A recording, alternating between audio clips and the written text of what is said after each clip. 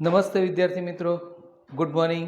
આપણે છેલ્લે બે ચેપ્ટરો પૂરા કર્યા ભાગ બેના, જેની અંદર પહેલું ચેપ્ટર આપણું સંભાવનાનું હતું અને બીજું ચેપ્ટર યાદચ્છિક ચલ અને અસતત સંભાવના વિતરણ. આ બે ચેપ્ટરોનું કામ આપણે પૂરું કર્યું. હવે ત્યારબાદ આપણે પ્રમાણ્ય વિતરણ ખૂબ જ અગત્યનું ચેપ્ટર ગણી શકાય, કેમ કે પ્રમાણ્ય વિતરણ સામાન્ય રીતે દરેક વર્ષનો અનુભવ છે કે વિદ્યાર્થીઓને સામાન્ય કરતાં થોડું અઘરું પડે છે. એની ગણતરીની અંદર થોડી કાળજી રાખવાની જરૂરિયાત રહે છે, દાખલાઓ સમજવા પડે છે અને એની અંદર પ્રમાણ્ય કોષ્ટક ઝેડ કોષ્ટક જે છે એ ઝેડ કોષ્ટકનો પણ ઉપયોગ કરવાની જરૂર પડે છે. તો આની અંદર સૌથી અગત્યની બાબત છે થિયરીનો મુદ્દો. જો થિયરી તમારી જેટલી ક્લિયર હશે એટલું તમે સરળતાથી તમારી તૈયારી કરી શકશો. તો આપણે આ જે ચેપ્ટર જોવાનું છે, ત્રીજું ચેપ્ટર પ્રામાણ્ય વિતરણ, નોર્મલ ડિસ્ટ્રીબ્યુશન, બરાબર. તો એની આપણે થિયરી સમજવાનો પ્રયત્ન કરીએ. એની અંદર સૌથી પહેલાં પ્રમાણ્ય વિતરણની બાબત આપણને આપી છે. એની અંદર પ્રસ્તાવના, સંભાવના અને ઘટત્વ વિધિની વ્યાખ્યા ને બધી વિગતો આપેલી છે. એ ઉપરાંત ચાલુ વર્ષે કોવિડ-19ની સ્થિતિને કારણે જે 30% અભ્યાસક્રમ ઘટાડેલો છે, તો એની અંદર આપણે જોઈએ તો ચાલુ વર્ષની અંદર અહીં આપણને પેજ નંબર 100 પર આપણને જે આપેલા છે મુદ્દાઓ, એ તમામ મુદ્દાઓને સમાવેશ કરેલો છે. એટલે કે થિયરીની અંદર એ બધી જ વસ્તુઓ લીધેલી છે. અને આ ચેપ્ટરની અંદર સૌથી અગત્યની બાબત એના દાખલાઓની છે. તો દાખલાઓની જે ગણતરી છે, એ દાખલાઓની ગણતરીની અંદર જે ઉલટું કોષ્ટક જોવાના દાખલાઓ છે, એ આપણે ચાલુ વર્ષ પૂરતા તમારા અભ્યાસક્રમમાંથી તમને પરીક્ષાલક્ષી તૈયારી માટે પૂછાશે નહીં. તો આપણે એ સિવાયની જે પણ થિયરી છે, તમામ થિયરીનો મુદ્દાઓની ચર્ચા કરવાની છે અને પછી આપણે દાખલાઓ જે છે, બરાબર, એની પણ ગણતરી જોઈશું. તો આપણે થિયરીનો અભ્યાસ કરી અને જોઈએ, પુસ્તક દરેક વિદ્યાર્થી સાથે રાખે અને પેજ નંબર 101 પર આપણે થિયરી આપેલી છે ત્યાંથી અભ્યાસની શરૂઆત કરીએ. વિદ્યાર્થી મિત્રો, આપણે હવે થિયરીની શરૂઆત કરીએ. તો સૌથી પહેલાં આપણે આ ચેપ્ટર નંબર 3 છે પ્રામાણ્ય વિતરણ, નોર્મલ ડિસ્ટ્રીબ્યુશન. એની અંદર આપણે આ જેટલા પણ મુદ્દાઓ આપણને આપેલા છે, એ તમામ મુદ્દાઓનો અભ્યાસ આપણે અભ્યાસક્રમમાં સામેલ છે. એટલે એની અંદર આ બધી વસ્તુઓનો આપણે અભ્યાસ કરવો પડશે. સૌપ્રથમ આપણે પ્રામાણ્ય વિતરણની વાત કરીએ. પ્રામાણ્ય વિતરણ પ્રસ્તાવના, સંભાવના અને ઘટત્વ વિધેયની વિગત આપણને આપેલી છે. આગળ આપણે પહેલાં બે જે ચેપ્ટરોનો અભ્યાસ કર્યો એની અંદર આપણે જોયું તો અસતત યાદચ્છિક ચલ માટેના સંભાવના વિતરણો હતા. અસતત યાદચ્છિક ચલ કોને કહેવાય એની વિગત આપણને ખબર છે કે અમુક ચોક્કસ કિંમત ધારણ કરી શકતો હોય વર્ગ અંતરાલની, તો એને આપણે અસતત યાદચ્છિક ચલ કહીએ છીએ. તો આપણે જે યાદચ્છિક ચલ એક્સ વાસ્તવિક સંખ્યાઓનો ગણ આરમાં અથવા તેના કોઈપણ અંતરાલમાં કોઈપણ કિંમત ધારણ કરી શકે તેમ હોય તેવા ચલને સતત યાદચ્છિક ચલ કહે છે. એટલે કે સતત યાદચ્છિક ચલ એક્સ એ એક નિશ્ચિત અંતરાલ એ થી બી વચ્ચેની કોઈપણ કિંમત ધારણ કરી શકે તેમ હોય તો તેને સંકેતમાં a x b વડે દર્શાવીએ છીએ. એટલે આપણને ટૂંકમાં સતત યાદચ્છિક ચલની વ્યાખ્યાની વાત કરી છે. સતત યાદચ્છિક ચલ કોને કહેવાય એની વિગત આપણને આપેલી છે. તો એના પરથી આપણે સંભાવના ઘટત્વ વિધિની વ્યાખ્યા મેળવવાની છે. તો સંભાવના ઘટત્વ વિધિ કોને કહેવાય? તો સતત યાદચ્છિક ચલની કિંમતમાં અથવા તો એની કિંમત કોઈ એક નિશ્ચિત અંતરાલની વચ્ચે હોવાની સંભાવના મેળવવાના વિધેયને તે ચલનું સંભાવના ઘટત્વ વિધેય એટલે કે પ્રોબેબિલિટી ડેન્સિટી ફંક્શન કહે છે. અને આ જે વિધેય છે બે શરતોનું પાલન કરે છે. તો કઈ કઈ શરતો છે? તો યાદચ્છિક ચલની કિંમત નિશ્ચિત અંતરાલમાં હોય તેની સંભાવના અંદરૂણ હોય છે. અહીં શબ્દ વાપર્યો છે અંદરૂણ, એટલે કે નિશ્ચિત અંતરાલમાં હોય એની સંભાવના ઋણ ના હોય, કદાપી ઋણ એટલે કે માઇનસમાં હોતી નથી. યાદચ્છિક ચલ નિશ્ચિત અંતરાલની વચ્ચેની કોઈ પણ કિંમત ધારણ કરે એની કુલ સંભાવના કેટલી હોય? 1 હોય. આગળના ચેપ્ટરમાં પણ આપણે જોયું હતું કે કુલ સંભાવના કેટલી થાય છે? હંમેશા 1 થાય છે. આમ યાદચ્છિક ચલ એક્સની કિંમત નિશ્ચિત અંતરાલ એ થી બી વચ્ચે હોય એની સંભાવના શોધવા માટેના સંભાવના ઘટત્વનો વિધેયનો ઉપયોગ કરી શકાય. અને જ્યારે સંભાવના ઘટત્વ વિધેયની કિંમત સંભાવનાના સ્વરૂપમાં શોધીએ ત્યારે એને prob of a x b વડે દર્શાવાય છે. યાદચ્છિક ચલ એક્સની એક નિશ્ચિત કિંમત માટે સંભાવના ઘટત્વ વિધેય દ્વારા મેળવેલ સંભાવના હંમેશા શૂન્ય થાય. એટલે કે પ્રોબ ઓફ એક્સ બરાબર એ ની કિંમત 0 બરાબર થાય છે. આમ સંભાવના ઘટત્વ વિધેય દ્વારા મેળવેલી સંભાવના અને એટલે કે પ્રોબ ઓફ એક્સ આપણને આ જે આપી છે prob of a less than x less than b અને prob of a less than equal to x less than equal to b. પેલામાં ઇક્વલ ટુનો ઉપયોગ નથી કર્યો, એટલે ટૂંકમાં અહીં આ બંને વસ્તુ બતાવી છે. એટલે કે prob of a less than x less than b બરાબર prob of a less than equal to x less than equal to b થાય છે. સતત યાદચ્છિક ચલ, અત્યારે હવે આપણે જે અભ્યાસ કરવાનો છે એ કયો ચલ છે? સતત યાદચ્છિક ચલ હશે અને એની અંદર એનું જે સંભાવના વિતરણ છે એમાં પ્રામાણ્ય વિતરણ એ ખૂબ જ અગત્યનું અને મહત્ત્વનું ચેપ્ટર ગણી શકાય. આપણે એની વ્યાખ્યા જોઈએ તો જો યાદચ્છિક ચલ એક્સ એ મ્યુ એટલે કે મધ્યક મ્યુ તેમજ સિગ્મા પ્રમાણિત વિચલનવાળું ચલ હોય અને તેનું સંભાવના ઘટત્વ વિધેય, તો એક આ સૂત્ર છે આપણા માટે ખાસ યાદ રાખવાનું છે. પ્રામાણ્ય ચલ જે છે એનું સંભાવના ઘટત્વ વિધેય fx બરાબર 1/સિગ્મા વર્ગમૂળમાં 2 પાઈ e−1/2 કૌંસમાં x minus mu upon sigma square. બરાબર. તો આ જે વિદ્યાર્થી મિત્રો તમને આપેલું છે એ શેનું સૂત્ર છે? તો સંભાવના ઘટત્વ વિધેય જે છે fx એની કિંમતનું સૂત્ર આપણને આપ્યું છે. એની કિંમત જોઈએ તો -ઇન્ફિનિટીથી +ઇન્ફિનિટીની વચ્ચે એક્સની કિંમત હોય છે. મ્યુની કિંમત પણ -ઇન્ફિનિટીથી +ઇન્ફિનિટી અને સિગ્માની કિંમત 0થી ઇન્ફિનિટી. એટલે સિગ્મા પ્રમાણિત વિચલન છે અને 11મા ધોરણમાં પણ આપણે શીખ્યા છે કે પ્રમાણિત વિચલનની કિંમત માઇનસમાં હોઈ શકે નહીં. એ ઉપરાંત બે અચળાંકો લીધેલા છે. પાઈની કિંમત આપણને ખબર છે 22/7 અથવા તો અહીં આપણે પાઈની કિંમત પ્રમાણ્ય વિતરણ માટે કેટલી લેવાની છે? 3.1416 અને ઈ પણ આગળક છે, એની કિંમત છે 2.7183. એ અચળાંક છે. જો આવા અચળાંકો અને આ કિંમતો હોય તો યાદચ્છિક ચલ એક્સ પ્રામાણ્ય ચલ અને એફએક્સને એટલે કે એનું જે વિધેય મેળવે, એફએક્સ એટલે શું? વિધેય, અને એક્સ એ શું કહેવાય? એનો પ્રામાણ્ય ચલ. તો પ્રામાણ્ય ચલનું સંભાવના ઘટત્વ વિધેય વડે એને દર્શાવી શકાય. આ પ્રામાણ્ય ચલ એક્સના વિતરણને પ્રામાણ્ય વિતરણ કહે છે અને તેને સંકેતમાં એન મ્યુ સિગ્મા સ્ક્વેર કહે છે. મ્યુ એટલે મધ્યક અને સિગ્મા સ્ક્વેર એટલે વિચરણ. તો એને આ રીતે દર્શાવી શકાય. પ્રામાણ્ય ચલ એક્સની જુદી જુદી કિંમતોને અનુરૂપ સંભાવના ઘટત્વ વિધેય એફએક્સની કિંમતો શોધી જે વક્ર દોરવામાં આવે છે તેને પ્રામાણ્ય વક્ર કહે છે અને એ આપણે નીચે દર્શાવ્યો છે એ રીતે દોરી શકાય. અહીં શું કહેવા માગે છે કે એક્સની જુદી જુદી કિંમતો આપણે અસતત સંભાવના વિતરણની અંદર જોયું કે એક્સની કિંમત આપી હોય ને એના માટે પીએક્સની કિંમત શોધતા હતા. એક્સની કોઈ પણ કિંમત માટે પીએક્સ શોધતા હતા. તો અહીં પણ એવું જ કહે છે કે એક્સની કિંમતો માટે સંભાવનાની કિંમત આપણે શોધીએ એટલે એ શેના મદદથી? એફએક્સ સંભાવના ઘટત્વ વિધેયની અંદર કિંમત મૂકી અને એની કિંમતો આપણે શોધવાની છે અને એને વક્રના સ્વરૂપમાં એટલે પહેલાં એ બિંદુઓ દર્શાવી દઈએ અને પછી એમાંથી પસાર થતો વક્ર દોરીએ તો એ વક્ર આપણને આ રીતે જોવા મળે છે. તો એક્સ બરાબર મ્યુ બરાબર, મ્યુ એટલે મધ્યક -ઇન્ફિનિટીથી +ઇન્ફિનિટી અને એફએક્સ એ સંભાવના ઘટત્વ વિધેયનું આ વક્ર છે. તો પ્રમાણ્ય વક્ર એટલે આ કયો વક્ર કે? પ્રામાણ્ય વક્ર. પ્રામાણ્ય વક્ર સંપૂર્ણ ઘંટાકાર હોય છે અને જે દર્શાવે છે કે પ્રામાણ્ય વિતરણ સંમિત વિતરણ છે એમાં આપણે કહી શકીએ. 11મા ધોરણમાં પણ આ વસ્તુ તમે ભણ્યા છો કે જ્યારે સંમિત આવૃત્તિ વિતરણ હોય ત્યારે વિષમતા કેવી હોય? 0 હોય અને એનો આકાર કેવો હોય? સંપૂર્ણ ઘંટાકાર.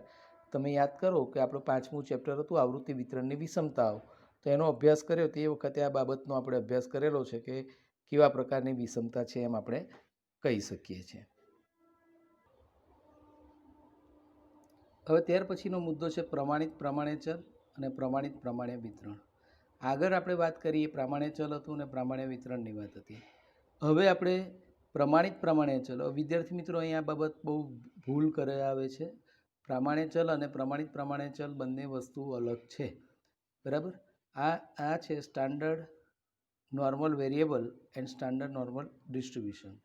તો જો પ્રામાણ્ય યાદચ્છિક ચલ એક્સનો મધ્યક મ્યુ અને પ્રમાણિત વિચલન સિગ્મા હોય તો યાદચ્છિક ચલ ઝેડ બરાબર એક્સ માઇનસ મ્યુ અપોન સિગ્માને પ્રમાણિત પ્રામાણ્ય ચલ કહે છે અને તેનું સંભાવના ઘટત્વ વિધેય નીચે દર્શાવ્યા પ્રમાણે છે. પેલામાં જે એફએક્સ હતું એને બદલે અહીં એને ઝેડ વડે દર્શાવવામાં આવે છે. પ્રમાણિત પ્રામાણ્ય ચલ છે તો એને ઝેડ વડે દર્શાવાય અને ઝેડની કિંમતનું સૂત્ર અહીં આપણને આપ્યું છે x minus mu upon sigma. વિદ્યાર્થી મિત્રો પુસ્તક પણ સાથે રાખશો. પેજ નંબર 102 પર આ બધી વિગતો આપણને આપેલી છે, એને આપણે સમજવાની છે. અને મેં થોડા અગત્યના જે મુદ્દાઓ છે એ બધાને થોડા હાઇલાઇટ પણ કરેલા છે. તો આપણે જોઈએ, પેલામાં સંભાવના ઘટત્વ વિધેય એફ એક્સ હતું, અહીં આગળ આપણું કયું થશે એફ ઝેડ. એફ ઝેડ બરાબર 1 અપોન વર્ગમૂળમાં રૂટ એટલે √2 પાઈ e⁻⁻1/2 ઝેડનો વર્ગ માઇનસ ઇન્ફિનિટિવ ઝેડ તો અહીં ઇક્વલ ટુ નથી અને બીજી કિંમત અહીં વચ્ચે એક્સ છે, એક્સને બદલે અહીં ઝેડ ચલનો ઉપયોગ કર્યો છે. અહીં આપણે જોઈ શકીએ કે પ્રામાણ્ય ચલ ઝેડનું સંભાવના ઘટત્વ વિતરણ એ મધ્યક 0 અને પ્રમાણિત વિચલન 1 વાળું પ્રામાણ્ય વિતરણ છે. બરાબર. મ્યુ સિગ્મા 1 અપોન √2 પાઈ હતું. આગળના સૂત્રમાં તમે જોશો તો આપણે એની અંદર જોયું તો શું હતું, સિગ્માની કિંમત હતી.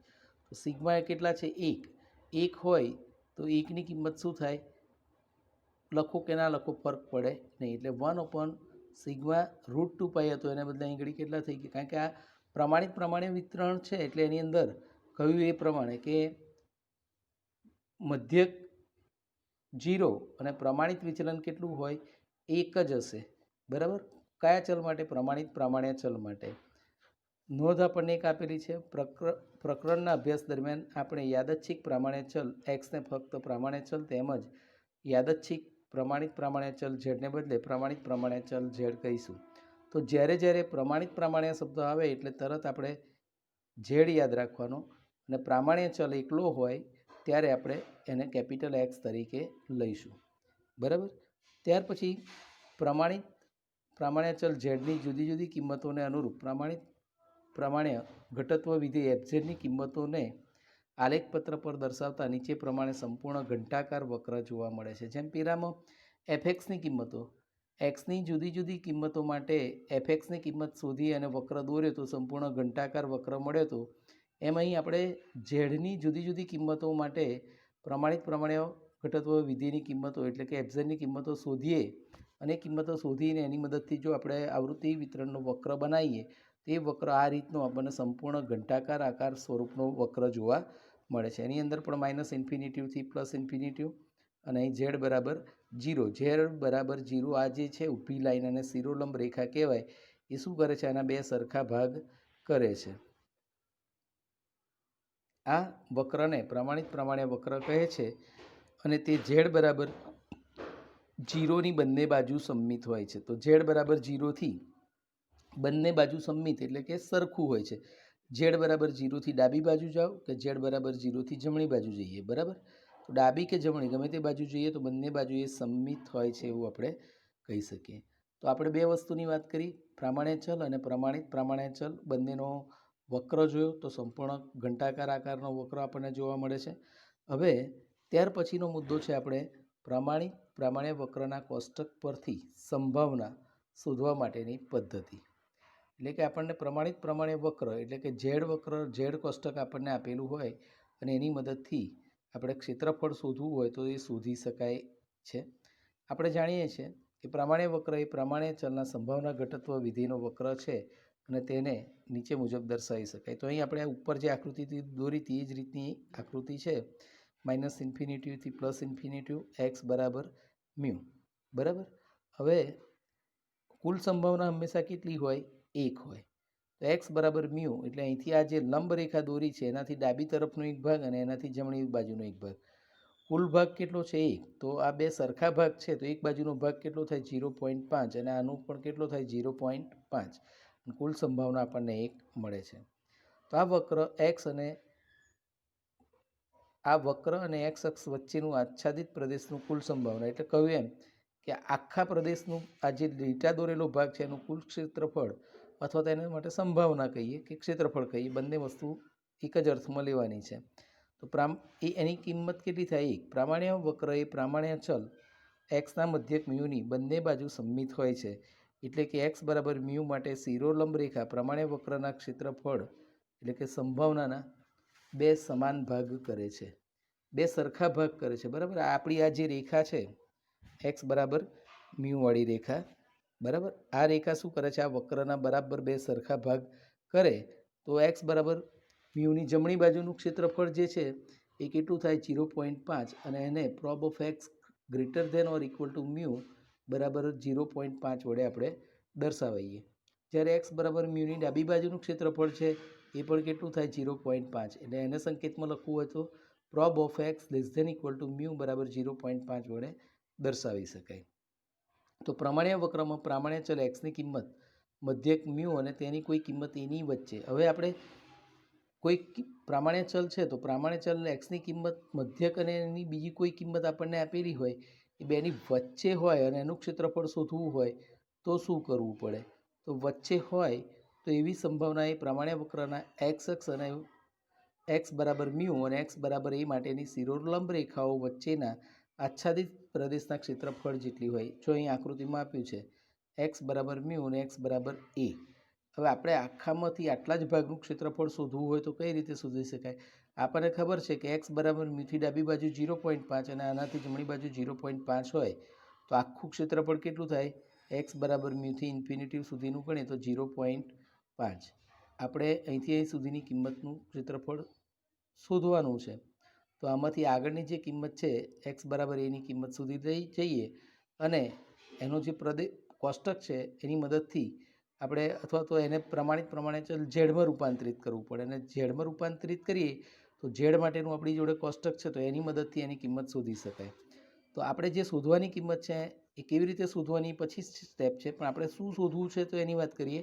એક્સ બરાબર મ્યુથી એક્સ બરાબર એની કિંમત શોધવી છે તો એને સંકેતમાં લખવું તો શું લખાય? Prob of mu less than equal to x less than equal to a વડે આપણે એને દર્શાવી શકાય.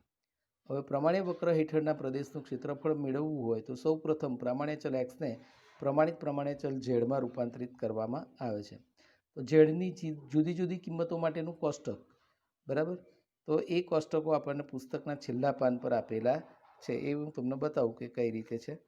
તો આપણે જે કોષ્ટક જોવાનું છે એ કોષ્ટકનો ઉપયોગ આપણે વારંવાર કરવાની જરૂરિયાત ઊભી થશે. દાખલાઓની ગણતરી કરવા માટે અહીં તમને આવું એક આપેલું છે, table of standard normal curve, area under the standard normal curve. અને આ એક જો ઝેડ બરાબર 0 થી ઝેડ બરાબર Z1 સુધીની કિંમતો આપણને આપેલી છે. અહીં આપણે ઝેડની જુદી જુદી જે કિંમતો છે એ જુદી જુદી કિંમતો તમે અહીં જોઈ શકો કે ઊભા સ્તંભની અંદર ઝેડની નીચે જોશો તો 0.0, 0.1, 0.2, 3 એ રીતે કિંમત આપી છે, અને સામે 0.00, 0.01, 02, 03, 04 એ રીતે કિંમતો આપેલી છે.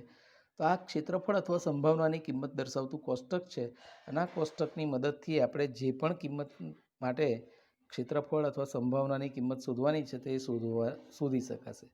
તમારા જે અભ્યાસક્રમની વાત છે તેની અંદરથી તમને ઝેડ પરથી ક્ષેત્રફળ શોધવાના દાખલા છે, પણ ક્ષેત્રફળ પરથી ઝેડ શોધવાના દાખલા ચાલુ વર્ષના વિદ્યાર્થીઓ માટે, એટલે કે વર્ષ 2021માં જે વિદ્યાર્થી પરીક્ષા આપવાના છે એ લોકો માટે રિવર્સ કોષ્ટકવાળા દાખલા ચાલુ વર્ષે પૂછાશે નહીં.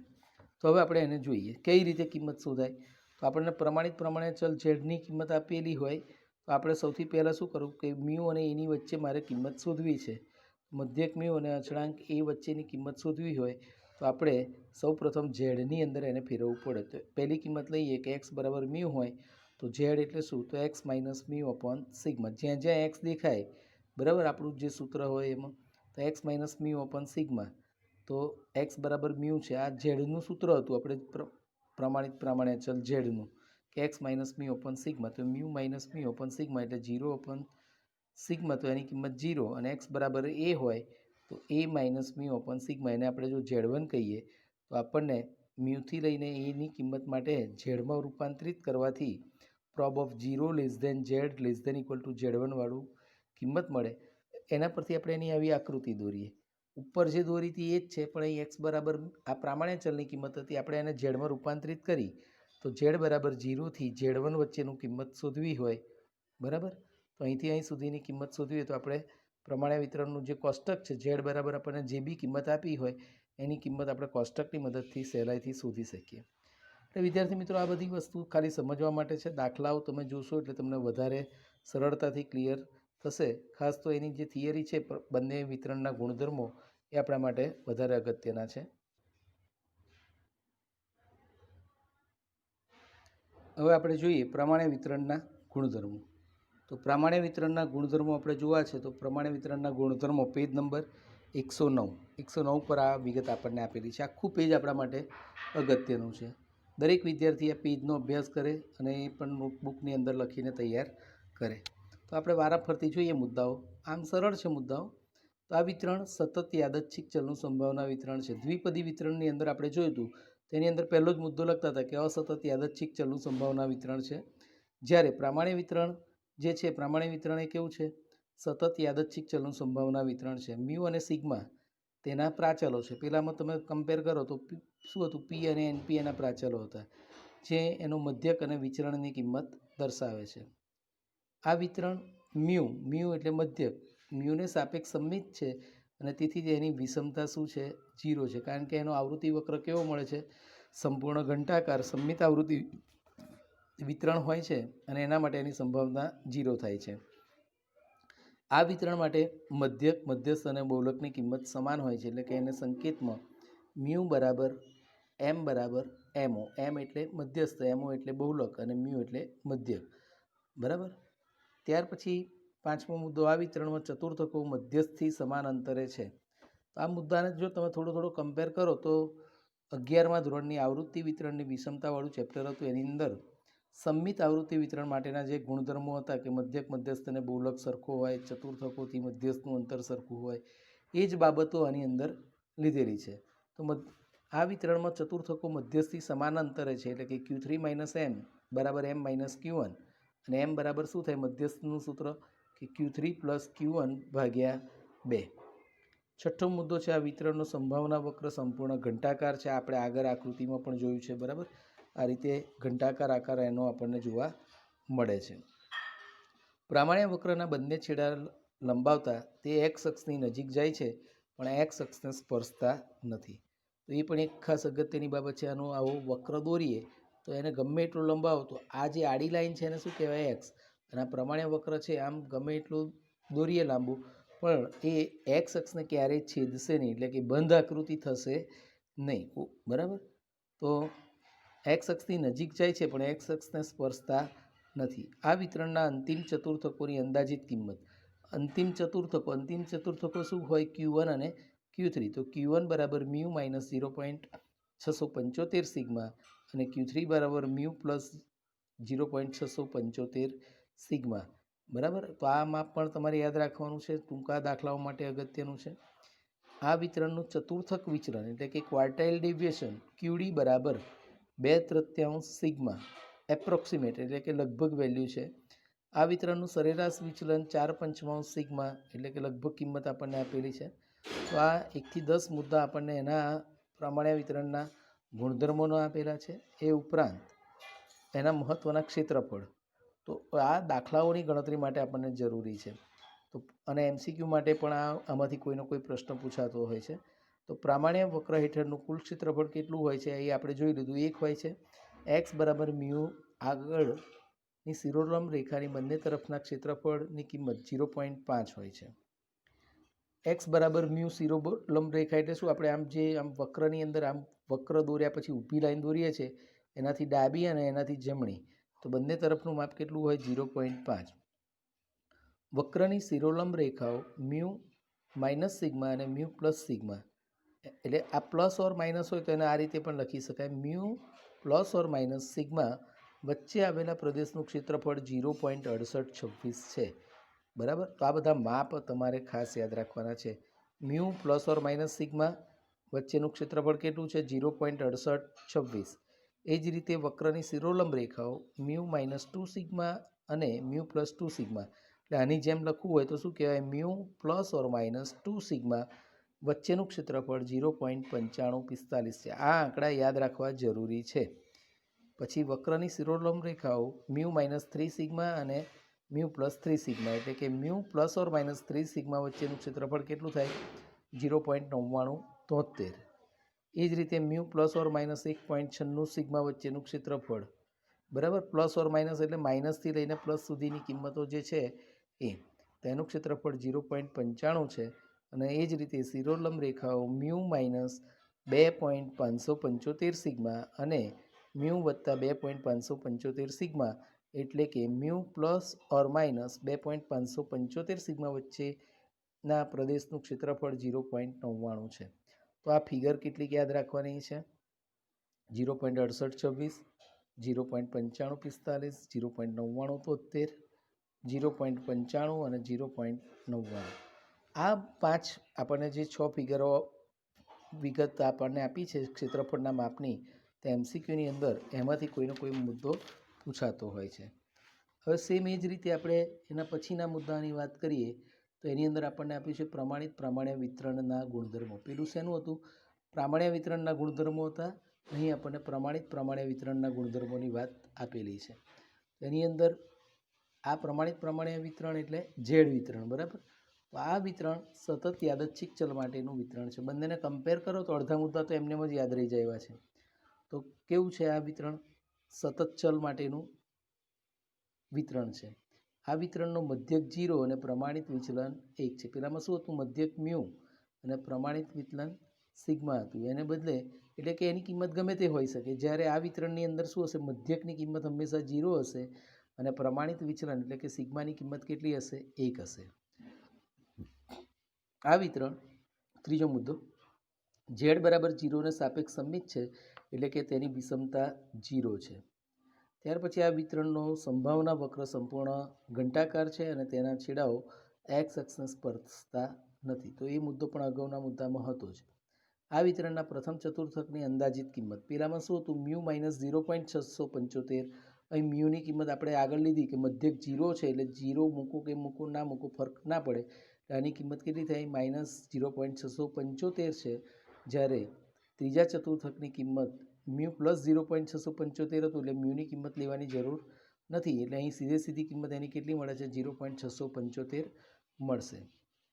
આ વિતરણ માટે ચતુર્થક વિચલનની અંદાજિત કિંમત, પહેલામાં 2/3 સિગ્મા હતી, બરાબર? 2/3 સિગ્મા, સિગ્માની કિંમત આમાં કેટલી કહી આપણે? 1, બરાબર? પ્રમાણિત વિચલન 1 છે એટલે 1 લખો કે ના લખો ફરક પડતો નથી. એટલે ટૂંકમાં પ્રમાણ્ય વિતરણની વાત હશે ત્યારે ક્યાંય સંકેતોનો ઉપયોગ કરવાની જરૂર નથી. એની સીધી જ કિંમત મળે છે 2/3. સરેરાશ વિચલનની અંદાજિત કિંમત 4/5 થશે. 4/5 સિગ્મા હતી પહેલામાં, 4/5 છે, બરાબર? ત્યાર પછી 8મા મુદ્દાની અંદર આપણને જુદા જુદા પેલાની જેમ જ ક્ષેત્રફળ આપેલા છે. સેમ માપ છે અને સેમ પેટર્ન છે, પણ પેલામાં આપણે મ્યુ પ્લસ ઓર માઇનસનો ઉપયોગ કરીને કિંમતો લખતા હતા. અહીં ઝેડની કિંમત છે તો ઝેડ બરાબર પ્લસ ઓર માઇનસ કરીને કિંમત લખી શકાય.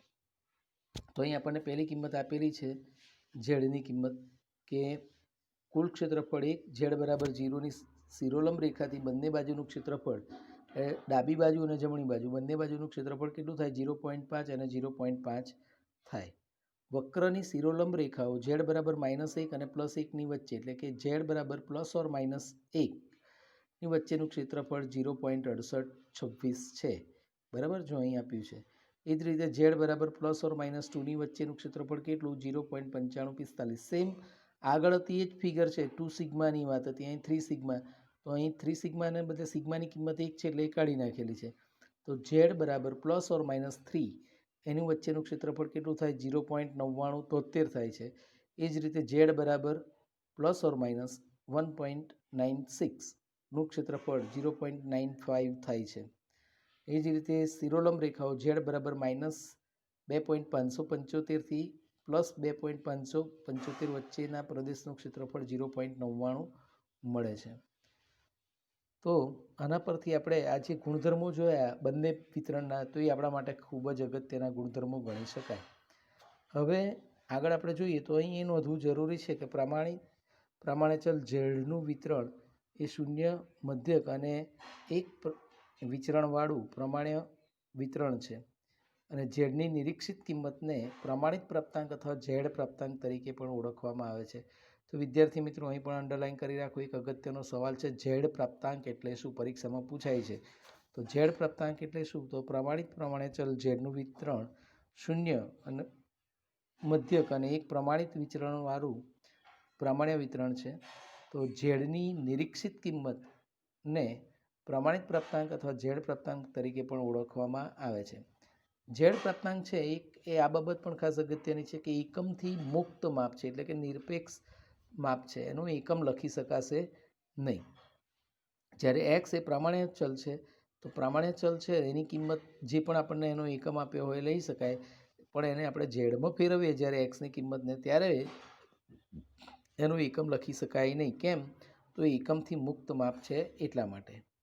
આપણે જોયું કે પ્રામાણ્ય ચલ એક્સની કિંમત આપેલી હોય તો પ્રાચલો તેમજ પ્રાચલની કિંમત જ્ઞાત હોય તો તેને અનુરૂપ ઝેડ પ્રાપ્તાંકની કિંમત મેળવી શકાય છે. પ્રમાણિત પ્રમાણ્ય ચલના કોષ્ટક પરથી મેળવી શકાય. અને જ્યારે સંભાવના જાણતા હોઈએ ત્યારે ઝેડ પ્રાપ્તાંક શોધવાની રીત આપણને નીચે ઉદાહરણ આપેલા છે, પણ એ આપણા અભ્યાસક્રમમાં નથી.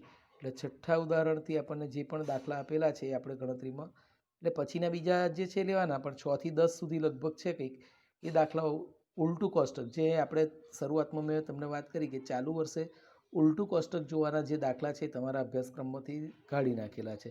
એટલે તમારે ઉદાહરણ નંબર 1 થી 5, પણ ક્યારે આપણે જ્યારે થોડા દાખલા ગણીએ પછી તમારે એ દાખલાઓની ગણતરી કરવાની છે. ઉદાહરણ નંબર 6 થી 9 સુધીના જે દાખલા છે એ આપણે ધ્યાનમાં લેવાની જરૂર નથી. બરાબર? તો આપણે મોટાભાગે થિયરીનું કામ આજે પૂરું થઈ જાય છે, એટલે પછી આપણે દાખલાઓની જ ગણતરી કરવાની ખાસ રહેશે. બરાબર? તો અહીં આપણને છેલ્લે સારાંશમાં તમને કેટલીક બાબતો આપેલી છે. બરાબર? તો એની અંદર આ ઝેડ પ્રાપ્તાંકની પણ થિયરીની વિગત આપેલી છે. આખા ચેપ્ટરની શોર્ટ થિયરી અહીં આપણને આપી છે, તમારે લખી દેવાની છે. સૂત્રોની યાદી આપી છે. બરાબર? તો એ સૂત્રોની યાદી પણ તમારે ધ્યાનમાં લઈ લેવાની છે. અને પછીથી આપણે સ્વાધ્યાય 1, બરાબર, અરે સ્વાધ્યાય 3 વિભાગ એથી દાખલાઓની શરૂઆત કરીશું, પણ એ જ શરૂઆત આપણે નેક્સ્ટ સેશનની અંદર કરીશું. તો વિદ્યાર્થી મિત્રો, આજે આપણે થિયરીનું જેટલું કામ હતું એ પૂરું કર્યું છે. ઉદાહરણ નંબર મેં કહ્યું એમ 1 થી 5 સુધીના છે. 6 થી 9 સુધીના ઉલટું કોષ્ટક જોવાના દાખલા ચાલુ વર્ષના વિદ્યાર્થીઓ માટે નથી. એ તો હું સૂચના જેમ જેમ આપણે દાખલા ગણતા જઈશું એમ હું તમને આપતો જઈશ કે કયા ઉદાહરણ તમારે ગણવાના છે અને કયા નથી ગણવાના. તો આપણે નેક્સ્ટ સેશનથી સ્વાધ્યાય 3થી વિભાગ એના MCQના પ્રશ્નો છે ત્યાંથી શરૂઆત કરીશું. ફરીથી એક વખત થિયરી શાંતિથી વાંચી અને સમજી લેવાનો પ્રયત્ન કરજો. આભાર મિત્રો.